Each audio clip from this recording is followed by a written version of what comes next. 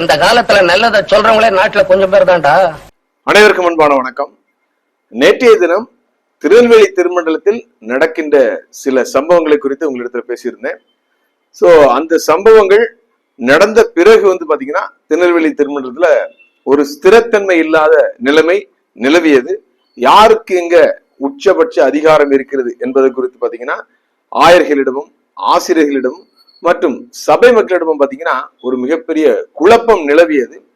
இந்த குழப்பத்துக்கு எல்லாம் முடிவு கட்டுற மாதிரி ஒரு முற்றுப்புள்ளி வைக்கிற மாதிரி பாத்தீங்கன்னா தற்போது அங்க பாத்தீங்கன்னா அட்மினிஸ்ட்ரேட்டிவ் கமிட்டி செக்ரட்டரி மற்றும் பாத்தீங்கன்னா ட்ரெஷரரா இருக்கின்ற திரு கிறிஸ்டோபர் செல்வராஜ் அவர்கள் மற்றும் அனீஸ் இருவரும் இணைந்து ஒரு நோட்டீஸை பாத்தீங்கன்னா அனைத்து ஆயர்களுக்கும் சேகரத்தின் மக்களுக்கும் அனுப்பியிருக்காங்க. அதாவது இப்போ சினாடு உச்சபட்ச அதிகாரம் கொண்டது பாத்தீங்கன்னா சிஎஸ்சியிலும் சினாடு தான். அங்க இருக்கின்ற மாடரேட்டர் அவர் அமைத்த அந்த கமிட்டி நாங்க தான். நாங்களும் பாத்தீங்கன்னா ஏற்கனவே என்ன பண்ணிருக்கோம், உயர் நீதிமன்றத்தின் மதுரை கிளையில ஒரு ப்ராப்பரா ஒரு ஆர்டர் வாங்கிட்டு தான் உட்கார்ந்து இருக்கோம். ஸோ அப்போ பாத்தீங்கன்னா இங்க பேராயருக்கு என்ன அதிகாரம் அப்படின்னா அவர் பாத்தீங்கன்னா ஆன்மீகத்தை கவனிக்கலாம், ஆயர்கள் என்ன பண்ணிக்கலாம் மாற்றுவதோ இல்லாட்டும் பாத்தீங்கன்னா அவர்கள் என்ன பண்ணும் பணிகள் கொடுப்பதோ செய்யலாம். ஆனா அட்மினிஸ்ட்ரேட்டிவ்ல தலையிடுறதுக்கு அவருக்கு எந்த உரிமையும் இல்லைன்னு சொல்லி ரொம்ப ஆணித்தரமா ரொம்ப தெளிவா சொல்லியிருக்காங்க. சோ இதை பாத்தீங்கன்னா நம்ம எப்படி பார்க்கலாம் அப்படின்னா, ஒரு மாநிலத்துல ஒரு முதலமைச்சர் இருக்கும் பொழுது அவருக்கு அதிகாரம் உண்டு. உச்சபட்ச அதிகாரம் பெற்றவர் மாநிலத்தின் முதலமைச்சர் அவர்கள் தான். ஆனால் அங்கு தேர்தல் வந்த பிறகு முதலமைச்சர் காபந்து அரசுன்னு சொல்லுவாங்க இல்லையா, முதலமைச்சர் பதவியில தான் இருப்பாரு. ஆனால் தேர்தல் ஆணையத்தின் அந்த பொறுப்பாளர்கள் தான் என்ன பண்ணுவாங்க, அனைத்து அதிகாரங்களையும் தீர்மானம் செய்வார்கள். யாரை எங்க டிரான்ஸ்பர் பண்ணணும், யாரை எங்க என்ன பண்ணணும், பணியமற்றணும், என்னென்ன முடிவுகள் செய்யணும். குறிப்பாக பாத்தீங்கன்னா அந்த கருவூலமே அவங்க கண்ட்ரோல்ல போயிடும். அதாவது முதலமைச்சர் எங்கேயாவது போறாரு வராரு, அவர்களுக்கான அன்றாட அந்த செலவுகளுக்கு கூட பாத்தீங்கன்னா அந்த தேர்தல் ஆணையம் நியமனம் செய்த அந்த ஐஏஎஸ் அதிகாரி தான் பண்ணுவாரு, கையெழுத்து போடுவாரு. அது போலதான் தற்பொழுது திருநெல்வேலியிலும் பாத்தீங்கன்னா அட்மினிஸ்ட்ரேட்டிவ் கமிட்டி அங்க வந்துட்டு அனீஷ் அவர் தான் பாத்தீங்கன்னா ட்ரெஷரர். அவருக்கு தான் என்ன பண்ணும், எல்லா பணம் வரவு செலவு எல்லாம் இருக்கும். அப்படி பாத்தீங்கன்னா பேராயர் தன்னிச்சையாக பாத்தீங்கன்னா பணம் பிரிக்க கூடாது. அவர் ஒருவேளை பணத்தை பிரிச்சாலும் என்ன பண்ணும், அங்க ட்ரெஷரர்கிட்ட போயிட்டு தான் அங்க வரணும். ஆனா இவர் செய்யாம செஞ்சுட்டு இருக்காரு. ஸோ அதுக்காக ஒரு கடிவாளம் போடுறதுக்காக என்ன பண்றாங்க, தற்பொழுது அட்மினிஸ்ட்ரேட்டிவ் கமிட்டி செய்யறாங்க. அது செய்யறதுதான் சரி, அதுதான் நியாயம், சட்டப்படி அதுதான் செல்லும். ஸோ எனவே பாத்தீங்கன்னா திருநெல்வேலி திருமண்டல மக்களும் பாத்தீங்கன்னா பேராயர் என்ன பண்ணலாம், நீங்க பிரேயர் பண்றதுக்கு வச்சுக்கலாம், அவ்வளவுதான். அட்மினிஸ்ட்ரேட்டிவ் கமிட்டி தான் ஒட்டுமொத்த அதிகாரம் படைத்தது.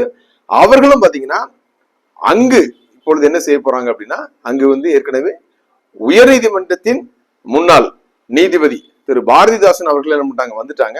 அவர்களோடு ஒத்துழைத்து அந்த தேர்தல் நடத்த வேண்டும். இதுதான் ஃபர்ஸ்ட் பிரியாரிட்டி. ஸோ இதுதான் செய்யணும். ஆனால் பதவி ஆசை கொண்ட, பதவி வெறி கொண்ட பர்னபாஸ் பேராயர் பாத்தீங்கன்னா தேவையில்லாத குழப்பங்களை பாத்தீங்கன்னா திருமண்டலத்தில் ஏற்படுத்தி கொண்டிருக்கிறார்.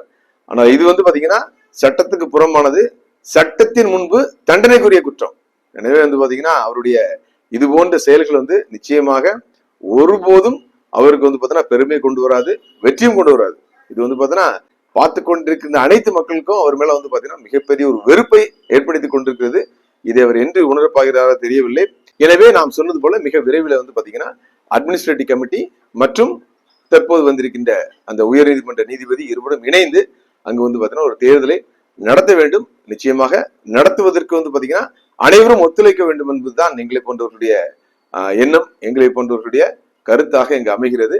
அதுபோல பாத்தீங்கன்னா அருகாமையில் இருக்கின்ற சேய் திருமண்டலமான தாய் திருமண்டலம் பாத்தீங்கன்னா திருநெல்வேலினா சேய் திருமண்டலம் பாத்தீங்கன்னா தூத்துக்குடி ஆசிரியர் திருமண்டலம் தானே. அங்க பாத்தீங்கன்னா மக்களால் தேர்ந்தெடுக்கப்பட்ட ஒரு நிர்வாகம் ஆட்சியில இருக்குது. ஆனாலும் பாத்தீங்கன்னா அரைக்குறையாக இருக்கிறது. அந்த தேர்தல் நடத்தப்பட்ட விதம் பாத்தீங்கன்னா நிச்சயமாக தவறானது. ஏராளமான குழப்பங்கள் இருக்கும் பொழுது முன்னாள் நீதிபதி ஜோதிமன் என்ன பண்றாரு, அவசர அவசரமா முடிச்சுட்டு ஆளை விட்டா போதுன்னு ஓடிட்டாரு. ஆனா அங்க ஏராளமான சிக்கல் இருக்குது, வழக்குகள் நடந்து கொண்டிருக்கிறது. ஆனாலும் பாத்தீங்கன்னா தற்போது அவர்கள் உண்மையாகவே பாத்தீங்கன்னா மக்களால் தேர்ந்தெடுக்கப்பட்ட ஒரு நிர்வாகம் தான். ஆனால் அவர்கள் அதை உணரவில்லை. அவர்கள் நினைக்கிறாங்க நம்ம ஏதோ வச்சு அதிகாரத்தோடு இங்க வந்துட்டோம், நம்ம யாருக்கும் கட்டுப்பட வேண்டியவில்லை என்று சொல்லி ஏராளமான தவறுகளை தொடர்ந்து இழைத்துக் கொண்டிருக்கிறார்கள். எனக்கு பாத்தீங்கன்னா நிறைய பேர் பேசுறாங்க. குறிப்பாக இந்த பிரைமரி அண்ட் மிடில் செக்ஷன்ல ஏராளமான குழப்பங்கள், ஏராளமான அதிகார துஷ்பிரயோகங்கள் நடந்துட்டு இருக்குது. இப்ப கூட பாத்தீங்கன்னா ஒரு சேகரத்திலிருந்து ஒரு பெண்மணி போன் பண்ணாங்க. கிட்டத்தட்ட 15 வருடமா அவங்க என்ன பண்றாங்க, சீனியாரிட்டியில ஃபர்ஸ்ட் கிளாஸ்ல இருக்காங்க. ஆனா அங்க இருக்கின்ற ஒரு டிசி அவருடைய பெண்ணுக்கு என்ன பண்ணும், அந்த வேலையை கொடுக்க வேண்டும் என்பதற்காக முறைகேடாக அந்த பெண்மணி என்ன பண்றாங்க, முதல் இடத்துல கொண்டு வந்து வச்சு அவங்களுக்கு வேலை கொடுக்கறதுக்கு முயற்சி பண்றாங்க. சொல்லி என்ன பண்றாங்க, ரொம்ப கண்ணீரோட சொன்னாங்க, இதெல்லாம் செய்யாதீங்க, இதெல்லாம் அவங்க செஞ்சனாலதான் அவங்களை தள்ளி விட்டு உங்களை என்ன பண்றாங்க இங்க வந்து பாத்தீங்கன்னா ஆட்சியில வைத்திருக்காங்க. சோ அதை நீங்கள் உணர்ந்து செயல்படுங்கள். வேதாகமத்திலையும் பாத்தீங்கன்னா பழைய ஏற்பாட்டுல சாமுவேல் தீர்க்கதரிசி வந்து பாத்தீங்கன்னா சமஸ்த இஸ்ரவேலர்களையும் நியாயம் செய்யும் பொழுது உண்மையிலேயே ரொம்ப அருமையா இருந்துச்சு. மக்கள் ஆனா என்ன கேட்க ஆரம்பிச்சிட்டாங்கன்னா, எங்களுக்கு ராஜா வேண்டும், எங்களுக்கு ராஜா வேணும், அதை தந்தே அவன் திடீர்னு பண்றாங்க, பிடிவாதம் இருக்கிறாங்க. அப்போ சாமுவேல் தீர்க்கதரிசி நல்லா கேட்கிறாரு, உங்களுக்கு உண்மையிலேயே ராஜா வேணுமா? ஆமா எங்களுக்கு வேணும்னு சொல்லி. சோ அப்போ வந்து பாத்தீங்கன்னா கட்டாயத்தின் பேர்ல சாமுவேல் தீர்க்கதரிசி என்ன பண்றாரு, சவுலை இஸ்ரவேலர்களுக்கு என்ன பண்றாரு, ராஜாவாக அபிஷேகம் பண்ணினார்.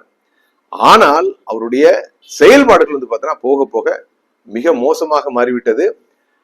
அதனால பாத்தீங்கன்னா இஸ்ரவேலர்களுக்கு கடுமையான பிரச்சனைகள் வந்தது. குறிப்பாக தேவனுடைய பெட்டி அது வரைக்கும் பாத்தீங்கன்னா பழைய ஏற்பாடு காலத்துல பாத்தீங்கன்னா எல்லா இடங்களும் தேவனுடைய பெட்டி எங்கெல்லாம் போகுதோ அங்கெல்லாம் பாத்தீங்கன்னா அற்புதங்கள், அதிசயங்கள், எதிரிகள் என்ன பண்ணுவாங்க, தலைதறிச்சு ஓடுவாங்க. ஆனா இஸ்ரவேலர்களுக்குள்ள ஒரு ராஜா அபிஷேகம் செய்யப்பட்ட பிறகு இஸ்ரவேல் சரித்திரத்துல முதல் முறையாக இந்த சவுல் ராஜா வந்த பிறகுதான் தேவனுடைய பெட்டி வந்து பாத்தீங்கன்னா பெலிஸ்தர்களால பிடிக்கப்படுகிறது. அப்போ அன்னைக்கு வந்து பாத்தீங்கன்னா எங்களுக்கு ராஜா வேண்டும் என்று கேட்டார்கள். இன்றைக்கு தூத்துக்குடி ஆசிரியர் திருமணத்தில் உள்ள மக்கள் எங்களுக்கு ராஜன் வேண்டும் என்று கேட்டார்கள். அன்று எப்படி வந்து பாத்தீங்கன்னா தேவனுடைய பெட்டி பிடிக்கப்பட்டதோ அது போல பாத்தீங்கன்னா இன்று ராஜன் வேண்டும் என்று கேட்டதுனால பாத்தீங்கன்னா அன்று வந்து பாத்தீங்கன்னா உடன்படிக்கை பெட்டி எப்படி வந்து பாத்தீங்கன்னா முடக்கப்பட்டதோ அது போல பாத்தீங்கன்னா இன்றைக்கு உடன்படிக்கை பெட்டியாக இருக்கின்ற அனைத்து திருச்சபைகளிலும் குழப்பங்கள் ஏற்பட்டு ஸ்திரத்தன்மை இல்லாமல் முடக்கப்படுகின்ற ஒரு நிலைமைக்கு செல்கிறது. அன்று ராஜா இன்று ராஜன்.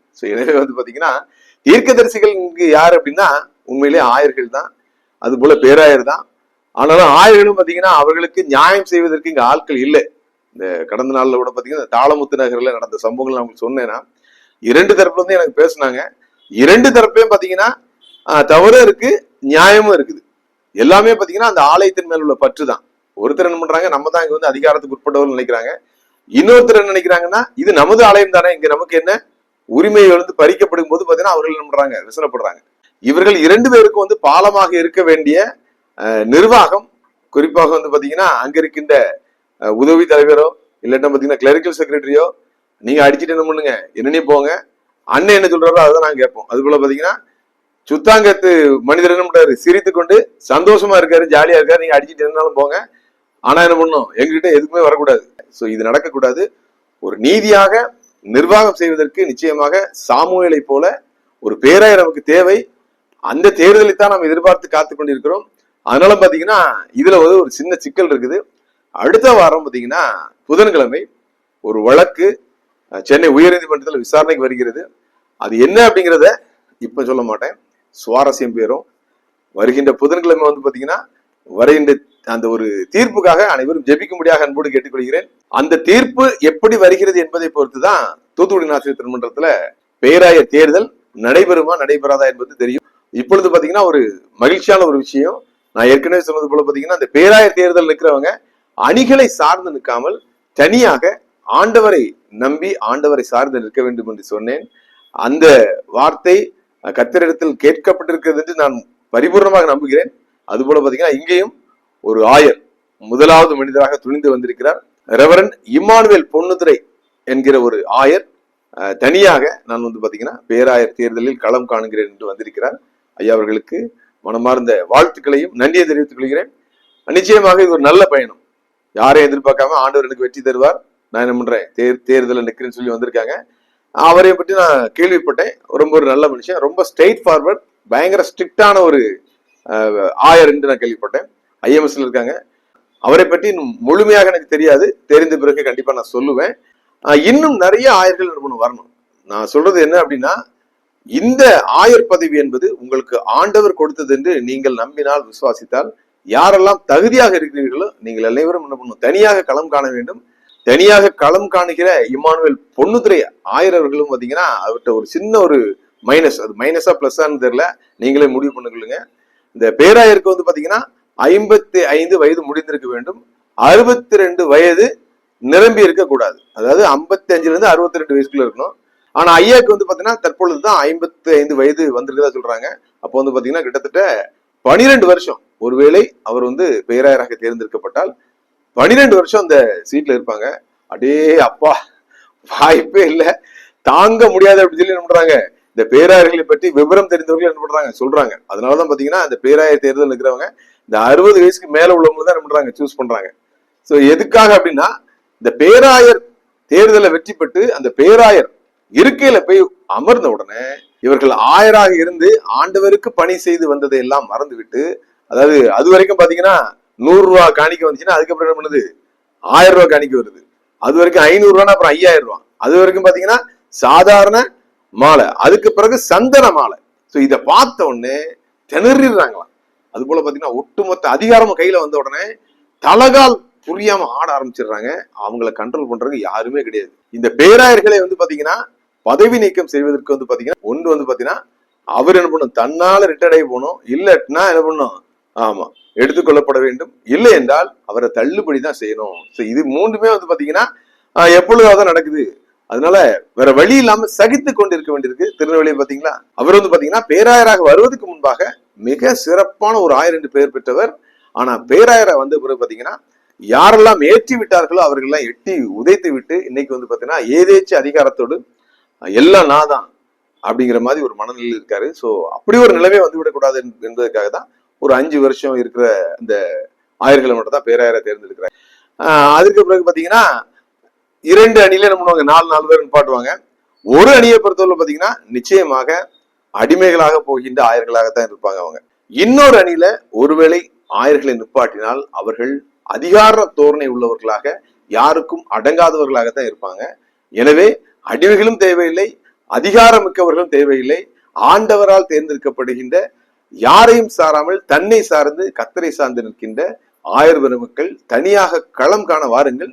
நிச்சயமாக உங்களுக்கு நாங்கள், குறிப்பாக நான் எனது மீடியா மூலமாக உங்களுக்கு நான் கண்டிப்பா என்ன பண்ணுவேன்னா மக்களிடம் கொண்டு சேர்க்கின்ற வேலையை நான் செய்வேன். காரணம் என்னன்னா, நானும் இன்று வரை காத்திருக்கின்றேன். ஒரு நல்ல பேராயரை இங்கு தேர்வு செய்ய வேண்டும். பேராயர் வருவதால் மட்டும்தான் இந்த திருமண்டலம் வந்து பார்த்தீங்கன்னா மீண்டும் பெயர் பெறும் என்பதில் எனக்கு எந்த விதமான ஐயமும் இல்லை. மக்களும் அதை நோக்கித்தான் காத்து கொண்டிருக்கிறார்கள். அனைவருக்கும் நன்றி. சொல்றவன் சொந்த வாழ்க்கையை பத்தி எல்லாம் கிளறி பார்க்காதே. அவன் சொல்றதுல அறிவுக்கு பொருத்தமா இருந்தா நடங்க.